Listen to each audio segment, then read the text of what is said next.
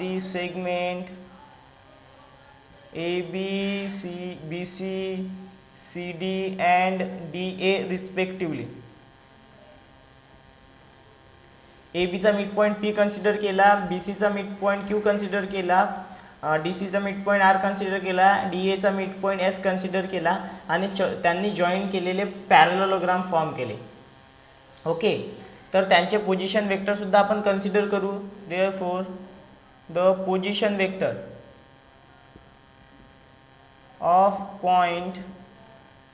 points capital A, capital B, capital C, capital D, capital P, capital Q, capital R and capital S are A bar, B bar, C bar, D bar, P bar, Q bar, R bar and S bar respectively. Respect द्यावा लागते ना क्वेश्चनला, तर रिस्पेक्टिव्हलीचा अर्थ काय होतो? ए चा position vector A bar, B चा position vector B bar, C चा position vector C bar, D चा position vector D bar, P चा पी बार, क्यू चा क्यू बार, आर चा आर बार, एस चा एस बार. रिस्पेक्टिव्हलीचा तो अर्थ होते. ओके, आपल्याला काय म्हटलं की क्वाड्रिलॅटरल जर असेल त्या क्वाड्रिलॅटरलच्या मिड पॉइंटला जॉईन करणारे सेगमेंट पॅरलेलोग्राम फॉर्म करतात, ते आपल्याला दाखवायचं आहे. म्हणजे quadrilateral P Q R S आपल्याला पॅरलेलोग्राम दाखवायचा आहे. काय पॅरलेलोग्राम दाखवायचा आपल्याला? हा पी क्यू आर एस ला पॅरलेलोग्राम दाखवायचा. तर नेमकं कसं दाखवू? तर कोणत्याही दोन साईड पॅरलल दाखवा. एक तर पी एस दाखवा पॅरलल क्यू आर सोबत किंवा आर एस दाखवा पी क्यू सोबत. काहीही दाखवलं तरी चालेल, दोनपैकी कोणतीही एक दाखवलं तरी चालेल. Prove that the line segment joining the mid point of adjacent sides of a quadrilateral form a parallelogram. तर हा P Q R S parallelogram दाखवण्यासाठी, हो 5th नंबरचा क्वेश्चन आहे. P Q R S parallelogram दाखवण्यासाठी एक तर पी क्यूला आर एस सोबत पॅरलल दाखवा किंवा क्यू आरला पी एस सोबत पॅरलल दाखवा. तर नेमकं कसं दाखवूया? तर हे दाखवण्यासाठी आपण मिड पॉईंट फॉर्म्युल्याचा यूज करू. आपण मिड पॉईंट फॉर्म्युल्याचा यूज करून हा पी क्यूला एस आर सोबत काय दाखवूया? पॅरलल दाखवूया. ओके, बघा कसं. P bar is equals to by midpoint formula, by midpoint formula or midpoint theorem, P bar is equals to A bar plus B bar upon 2, Q bar is equals to B bar plus C bar upon 2. Okay,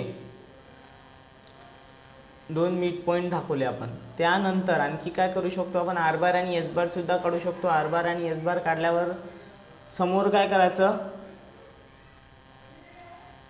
P bar आणि Q bar. P Q bar जर घेतला तुम्ही, काय घेतला? P Q bar हे segment. नाव P Q bar म्हणजे Q bar minus P bar घ्यावं लागेल. क्यू बारची व्हॅल्यू काय? B bar plus C bar upon 2 minus P बारची व्हॅल्यू काय? A bar plus B bar upon 2. 1/2 बाहेर, B bar plus C bar minus A bar minus B bar. बरोबर आहे?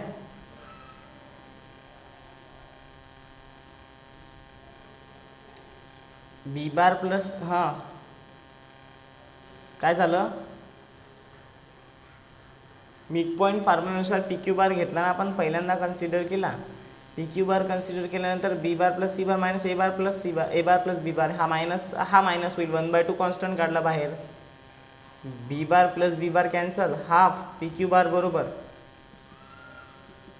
Half C bar minus A bar, half C bar minus A bar म्हणजे A C बार.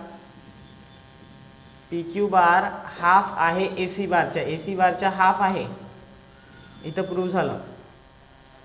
तसंच R S bar जर काढतो म्हटलं, R S बारची value, R S बारची value काय येईल मग? आर एस बारची व्हॅल्यू काढून पाहूया. काय झालं?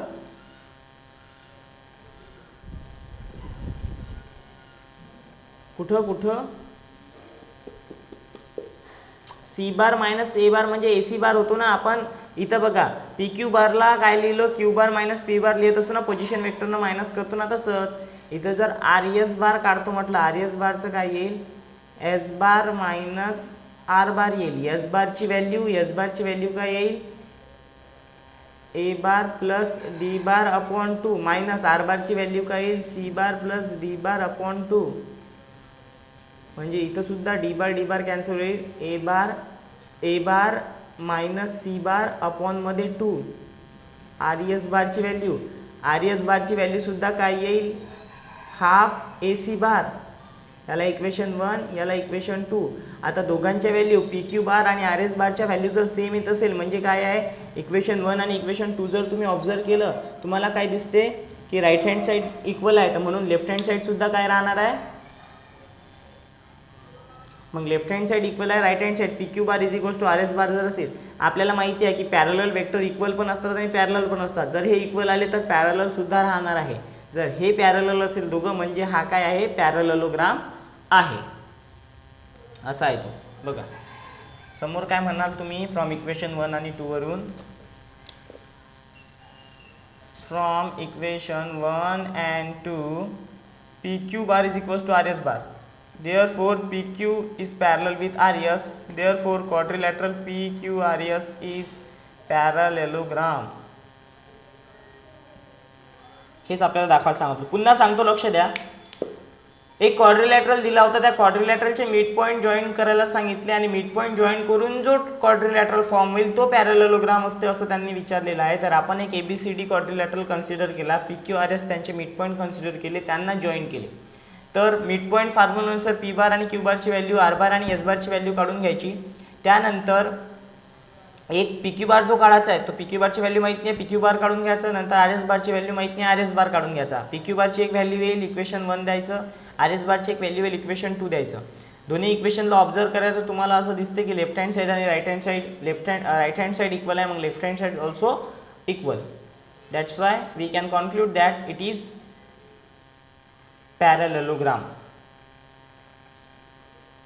इक्वल आहे म्हणजेच पॅरलल असते, कारण की पॅरलल आणि इक्वल तर कॉन्सेप्ट होता पॅरलल वेक्टरचा. तर हा 5th नंबरचा क्वेश्चन. बोला. हां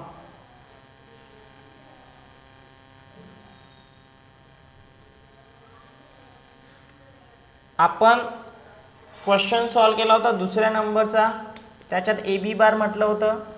ए बी बार म्हणजे डिस्टन्स काढून राहिलो. ए बी बारचं डिस्टन्स कसं काढत असतो, मोठ्या पॉईंटमधून छोटा पॉईंट इथून इथपर्यंत मायनस केल्यावर त्याचा डिस्टन्स माहिती होईल ना आपल्याला, किती साईज आहे तर त्याची.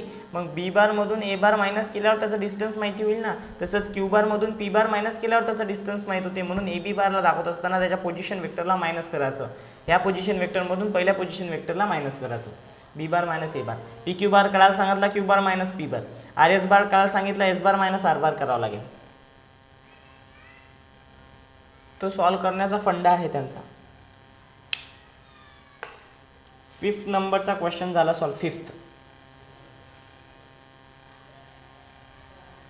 याच्यानंतर 6 नंबरचा सांगा, वाचा कोणीतरी. 6 नंबरचा सांगतो. समजला का हा?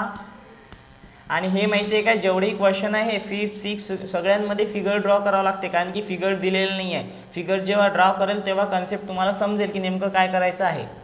तसं समजतच नाही हा क्वेश्चन. सांगा मग 6 नंबरचा.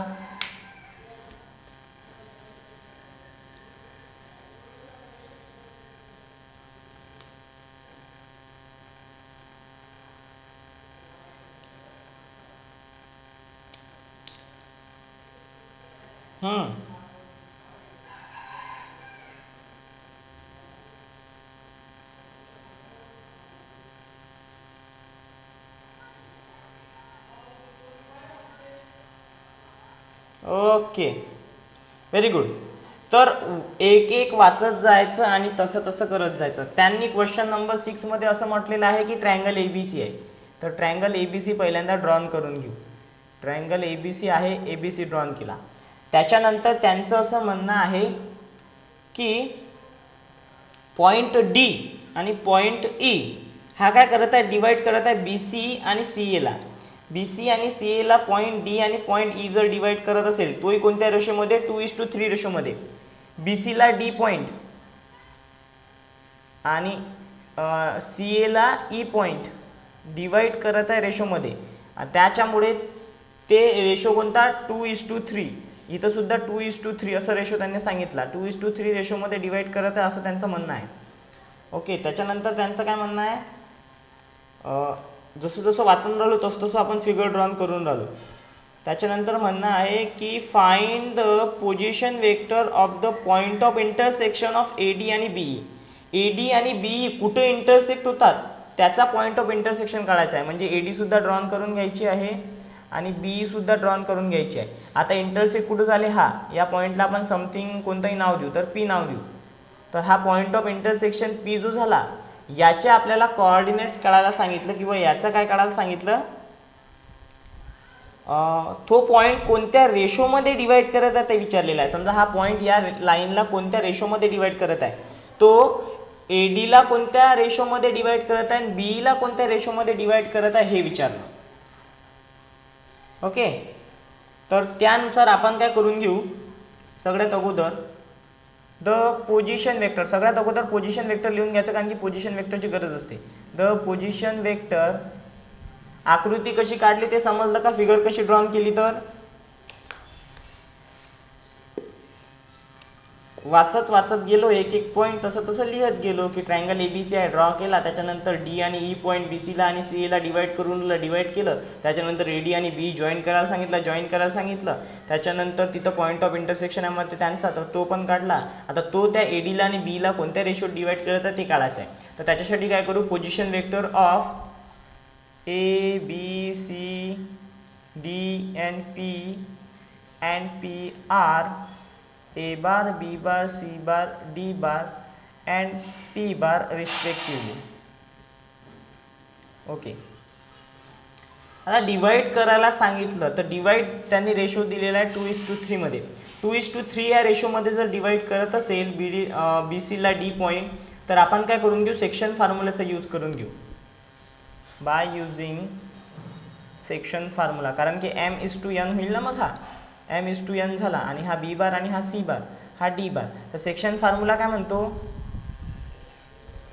D bar is equals to 2C bar plus 3B bar upon मध्ये 2 प्लस 3, असाच म्हणतो ना सेक्शन फॉर्म्युला. याच्यासोबत हा घ्यायचा, याच्यासोबत हा घ्यायचा आणि D ठेवायचा, D बार. तर 2 प्लस 3 5, हे 5D बार इकडे पाठवतो, 2C बार प्लस 3B बार, इक्वेशन नंबर 1 देतो. सिमिलरली त्यांचं असं म्हणणं आहे, की E पॉइंट डिवाइड करत आहे CA ला इन द रेशो 2:3, म्हणजे CA ला 2:3 मध्ये सुद्धा डिवाइड करत आहे.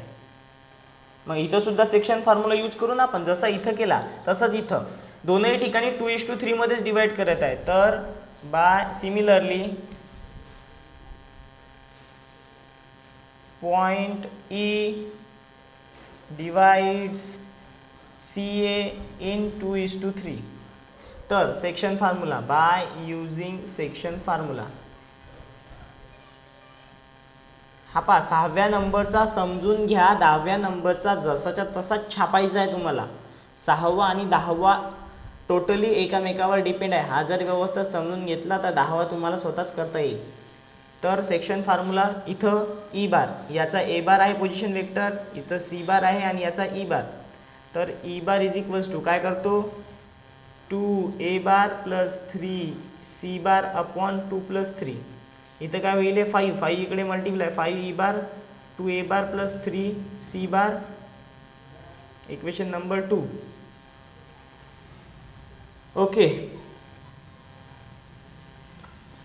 हो, रेशो सारखा दिलेला आहे ना क्वेश्चन सुरुवात मध्ये, की D आणि पॉइंट E BC आणि CA ला सेम रेशो मध्ये काय करत आहे?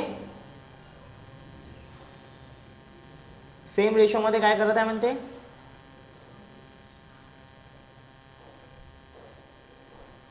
सेम रेशो मध्ये सांगितलं ना त्यांनी की ते दोघंही त्यांना सेम रेशो मध्ये डिवाइड करत आहे, म्हणून आपण सेम रेशो मध्ये घेतला त्यांना.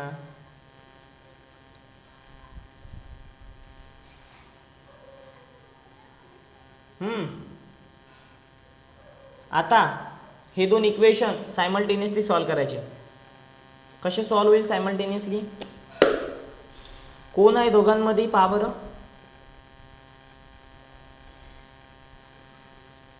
दोघांमध्ये कॉमन कोण आहे? सी आहे ना, सी बार. याला सारखं कसं करता येईल जेणेकरून कॅन्सल होईल? याला 3 न मल्टिप्लाय करू. इक्वेशन 1 ला 3 न आणि इक्वेशन 2 ला 2 सॉरी याला 3 न आणि याला 2 न. याला 3 न जर केलं तर हा होईल 15d bar is equals to 6c bar plus 9b bar. याला जर केलं तर 10e bar is equals to 4a bar plus 6c bar. आता सांगा काय करू?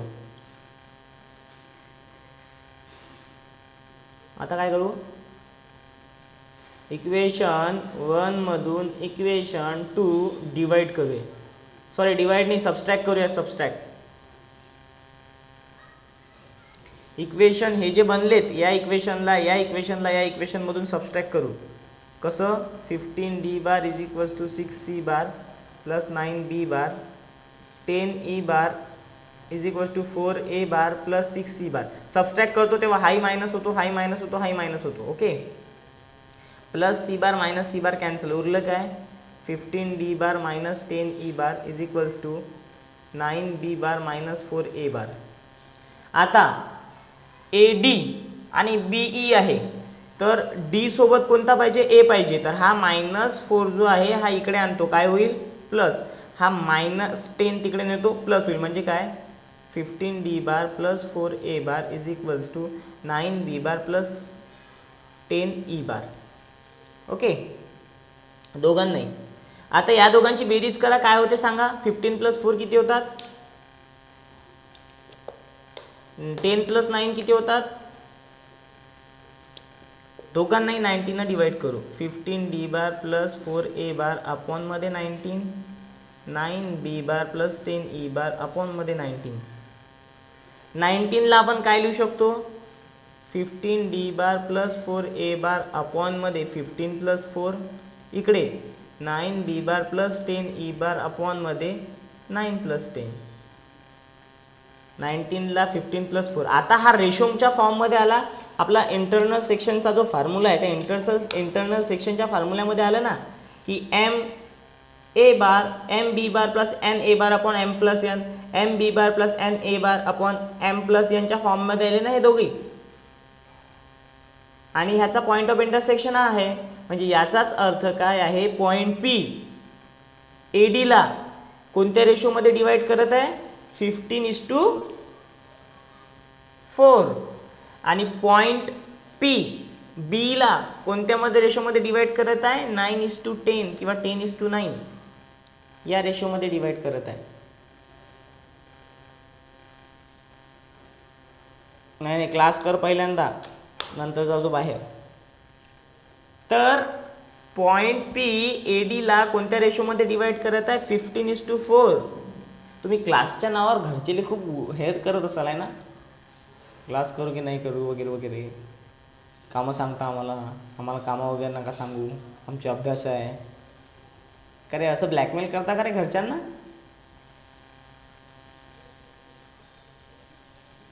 वा वा, वाटूनच राहिलं मला. तर एवढं पहा काय केलं आपण इथं. हेच प्रोसिजर 10व्या क्वेश्चन मध्ये पण करायची आहे बरं तुम्हाला, म्हणून व्यवस्थित लक्ष द्या. 6व्या क्वेश्चन मध्ये जे प्रोसिजर केली तेच 10व्या क्वेश्चन मध्ये करायचे आहे. याचाच अर्थ काय आहे? पॉइंट P AD ला 15:4 रेशो मध्ये डिवाइड करत आहे आणि पॉइंट P BE ला 9:10 रेशो मध्ये किंवा 10:9 रेशो मध्ये डिवाइड करत आहे. असा आहे तो. कसा? असा.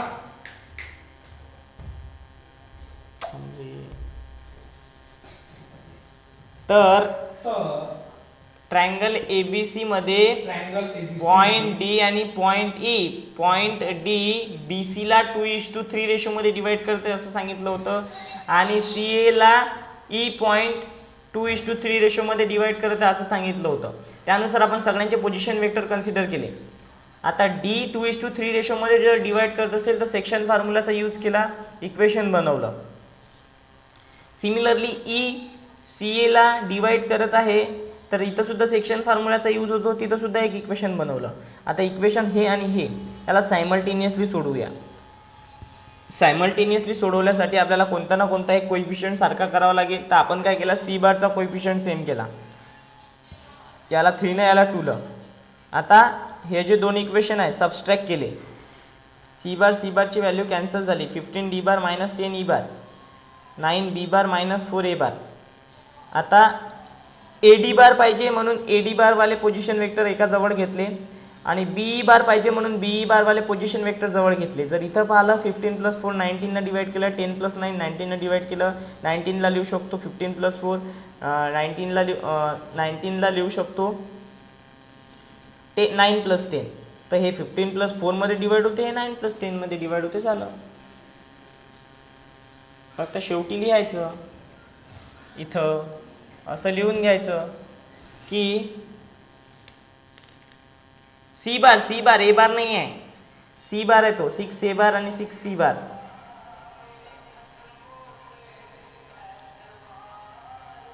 सेम आहे ना, सेम आहे, खाली नसलं तरी तो तिथंच आहे ना, इथं इथं सबस्ट्रॅक्ट करून आलं. बरं असं लिहितो मग, त्याच्यात काय आहे, 6 सी बार मायनस 4 ए बार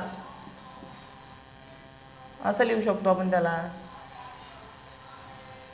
आता कॅन्सल कर, मागं ऍडिशन मध्ये समोर लिहिलं काय आणि मागं लिहिलं काय सेम, पण ना 2 + 3 लिहिक आहे आणि 3 + 2 लिहिक आहे, उत्तर तर 5च येणार आहे ना, त्याच्यात थोडी काही चेंज होतो. तर याच्यावरून आपण लिहू शकतो point P divides segment A D in 15:4 and point P divides BE in 9:10 respectively. अशा प्रकारे हा क्वेश्चन एकदम इझी वेनं सॉल्व होतो. कोणता 6 नंबरचा, समजला का रे?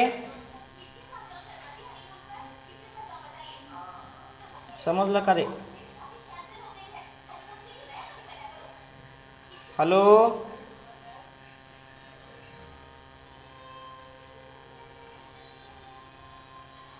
मॅथ्स सब्जेक्ट बनवणाऱ्याची सुरुवात होते रे, आर्किमिडीज आहे, पायथागोरस आहे, त्याच्यानं आपल्या इच्छा आहे, रामानुजन आहे, भास्कराचार्य आहे, आर्यभट्ट आहे.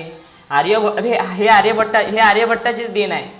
आर्यभट्टानं नंबर सोडून फक्त अल्फाबेट्सच्या बेसिसवर सगळं मॅथमॅटिक्स तयार केलं. आर्यभट्टाचे पुस्तकं नव्हते, नाही तर जे युनिव्हर्सिटी होती ना तिकडली, सगळ्यात मोठी युनिव्हर्सिटी, नाव काय त्यांचं,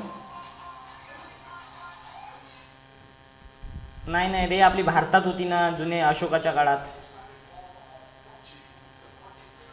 नाही तिकडे होती, ते बिहारला, नाव तोंडातच आहे ना, पण नाव माझ्या लक्षात आहे. ते युनिव्हर्सिटी जेव्हा जाळली होती तर कंटिन्यू महिनाभर जडली होती, एवढे पुस्तक होते. त्यात आर्किमिडीसचे सगळे आपले जे होते आर्यभट्ट वगैरे वगैरे मोठे मोठे त्यांची पुस्तकं सगळे जडले होते. तर हा असा 6 नंबरचा क्वेश्चन आहे, ज्याच्यामध्ये आपण काय केलं, त्यांनी सांगितल्याप्रमाणे त्यांना रेशो दाखवला काढून. आता 7 नंबरचा तर खूप इझी आहे, फक्त व्यवस्थित समजून घ्यायचा आहे. वाचा बरं 7 नंबरचा क्वेश्चन.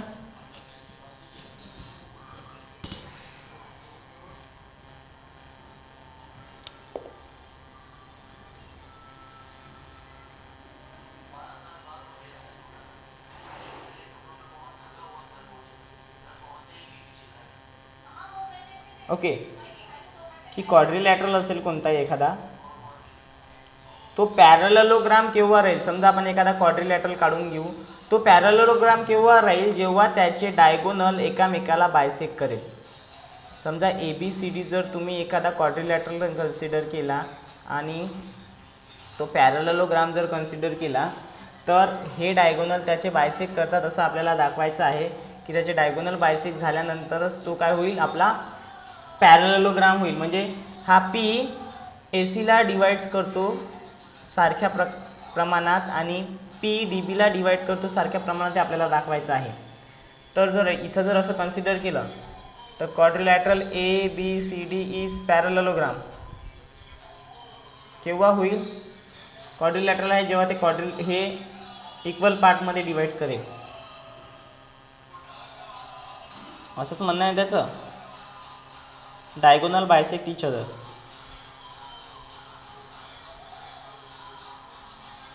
तर त्याच्यासाठी आपण काय करूया, पॉईंट पी चे सगळ्याचे पोझिशन वेक्टर कन्सिडर करून घेऊ. द पोझिशन वेक्टर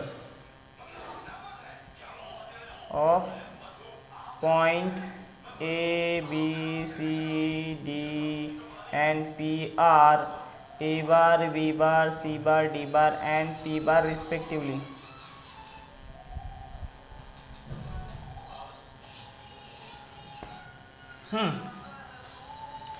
आता पॅरलेलोग्राम जर म्हटलं तर अपोजिट साइड्स काय होतात त्यांच्या? इक्वल होतात ना. म्हणजे AB bar is equals to DC bar. तसंच आपण घेऊ शकतो AD bar is equals to BC bar. पॅरलेलोग्रामच्या अपोजिट साइड इक्वल असतात आणि पॅरलल सुद्धा असतात. AB बार जर घेतला तर इथं DC बार घ्यावा लागेल, BA बार जर घेतला तर CD बार घ्यावा लागेल, AD बार जर घेतला तर BC बार घ्यावा लागेल. आपण काय घेतलं? AB बार. आता AB बारला आपण काय लिहू शकतो? B bar minus A bar. DC बारला C बार मायनस D बार असं लिहू शकतो ना. आता आपण काय करू, ए बार मायनस वाले मायनस आणि AD बार आणि AC बार आपल्याला बनवता येते. त्याच्यानंतर याच्या समोर काय करू शकतो आपण, आता आपल्याला ह्याला बायसेक्ट दाखवायचं आहे तर हा A बार इकडे पाठवू आणि B बारला इकडे पाठवू. म्हणजे काय होईल? B bar plus D bar is equals to C bar plus A bar. म्हणजे हा काय होईल? A bar plus C bar. हा का होईल? B bar plus D bar. दोघांनाही 2 न डिवाइड करून टाकू, याही साईडला याही साईडला. B bar plus D bar upon 2 is equals to A bar plus C bar upon 2. जर B bar plus D bar upon 2 केलं आणि A bar plus C bar upon 2 केलं, कारण की यांची पोझिशन वेक्टर आपण सांगितलं, हा C बार आहे, हा A बार आहे, हा B बार आहे, हा D बार आहे. दोघांना जर डिवाइड केलं, हा कोणता फॉर्म्युला होतो पहा बरं इथं. BD बारमध्ये हा कोणता फॉर्म्युला होतो आणि AC बार मध्ये हा कोणता फॉर्म्युला होतो? Very good, by mid point formula.